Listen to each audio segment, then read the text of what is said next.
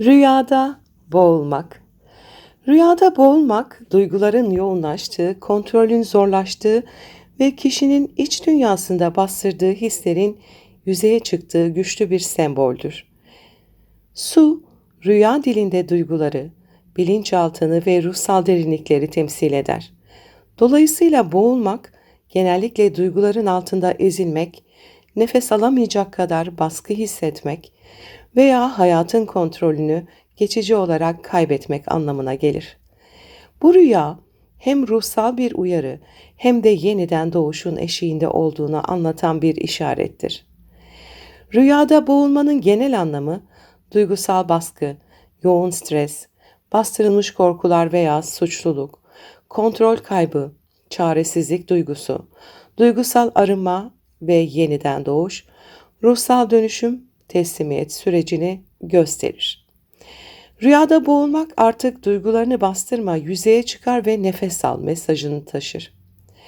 Rüyada denizde boğulmak, duyguların çok derin ve kontrol edilemez hale geldiğini gösterir. Denizin dalgalı olması duygusal karmaşa, ani öfke veya kaygıyı gösterebilir. Denizin durgun ama rüyayı görenin boğuluyor olması ise içsel sıkıntı, bastırılmış hüzünden bahsediyor olabilir.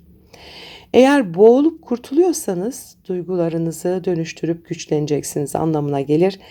Deniz sizi yutmaz, sizi yeniden doğurur. Rüyada nehir veya akarsuda boğulmak hayatın akışına direnme sembolüdür. Nehir yaşamın doğal döngüsünü temsil eder, akışa direnmek sizi yorar. Eğer suyun akıntısına kapılıyorsanız olaylar kontrolünüzden çıkmış demektir. Ancak akıntıya bıraktığınızda kurtuluyorsanız teslimiyet sizi özgürleştirecektir. Rüyada havuzda veya kapalı alanda boğulmak ruhsal sıkışmışlık ve bastırılmış duygulardan bahseder. Bu genellikle zihinsel boğulma anlamına gelir, fazla düşünmek, her şeyi kontrol etmeye çalışmaktan bahseder. Kendi koyduğunuz sınırların içinde tıkanmış olabilirsiniz. Rüyada birinin boğulduğunu görmek, çevrenizde yardıma ve duygusal desteğe ihtiyacı olan biri var demektir. Bu kişi bastırılmış duygularla baş etmeye çalışıyor olabilir.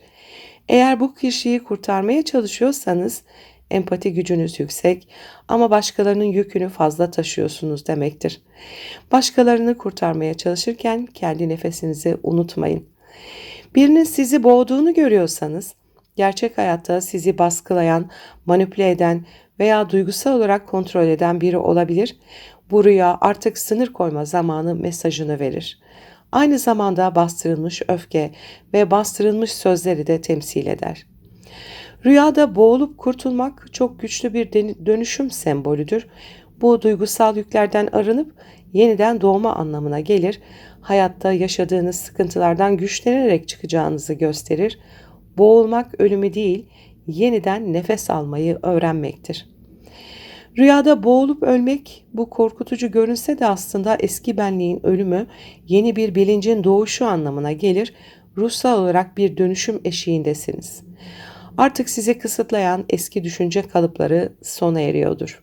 Bir çocuğun, yakınınızın ya da sevdiğiniz bir kişinin boğulduğunu görüyorsanız rüyanızda, o kişiye dair duyduğunuz endişe ve koruma isteğini simgeler. Bazen bu kişi sizin içinizdeki masum kırılgan yanınızı temsil eder. Eğer kurtarılıyorsa içsel yaralarınız şifalanıyor demektir. Psikolojik olarak boğulma rüyası genellikle duygusal aşırı yüklenme, anksiyete, kontrol kaygısı ve bastırılmış korkularla ilgilidir. Kişi uyanık yaşamında sürekli her şeye yetişmeyi, her şeyi yönetmeyi çalışıyorsa bilinçaltı bu baskıyı boğulma metaforuyla dışarı vurur. Aynı zamanda nefes darlığı, panik veya özgürlük ihtiyacını da sembolize eder. Psikolojik açıdan bu rüya fazla bastırdığınız duygular sizi boğuyor, akışa bırak diyordur. Dini açıdan rüyada boğulmak, dünyaya aşırı bağlanmaya, dünyevi arzular içinde kaybolmaya işarettir. Eğer kişi boğulup kurtuluyorsa tövbe eder, yeniden doğru yola yönelir. Boğulmak günahların ve hataların ağırlığı altında ezilmek anlamına gelir ama suyun yüzüne çıkmak Allah'ın rahmetine ermek demektir. Boğulma rüyaları Tasavvufi açıdan duygusal yükten arınma, manevi farkındalık ve sabırla yeniden doğuştan bahsediyordur. Boğulmak, benliğin suda erimesi anlamına da gelir. Nefsin boğulması ruhun özgürlüğüdür. Bu hakta fani olma, yani ilahi teslimiyetin sembolüdür. Suda boğulmak bazen Rabbin rahmetine ermek. Boğulma rüyaları olumlu açıdan ruhsal yenilenme, duygusal farkındalık, arınma ve teslimiyet, hayata yeniden başlama, güçlenerek dönüşüm anlamına gelirken, uyarıcı olarak da duygusal baskı, kontrol kaybı, stres, kaygı, panik hali, tükenmişlik ve bastırılmış korkulardan bahsediyor olabilir.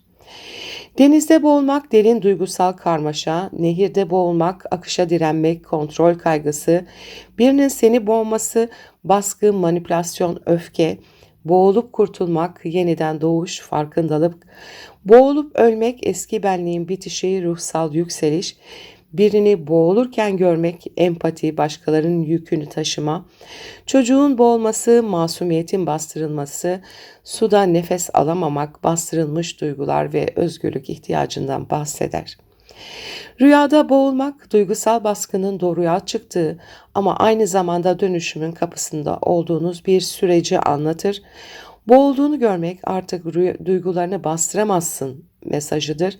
Eğer boğulup kurtuluyorsanız bu rüya şifalanmanın ve yeniden doğuşun sembolüdür. Artık geçmişin yüklerini bırakıp derin bir nefes alma zamanıdır. Bu rüya size fısıldar. Boğulmak son değildir. Çünkü her batış yeni bir nefesin başlangıcıdır.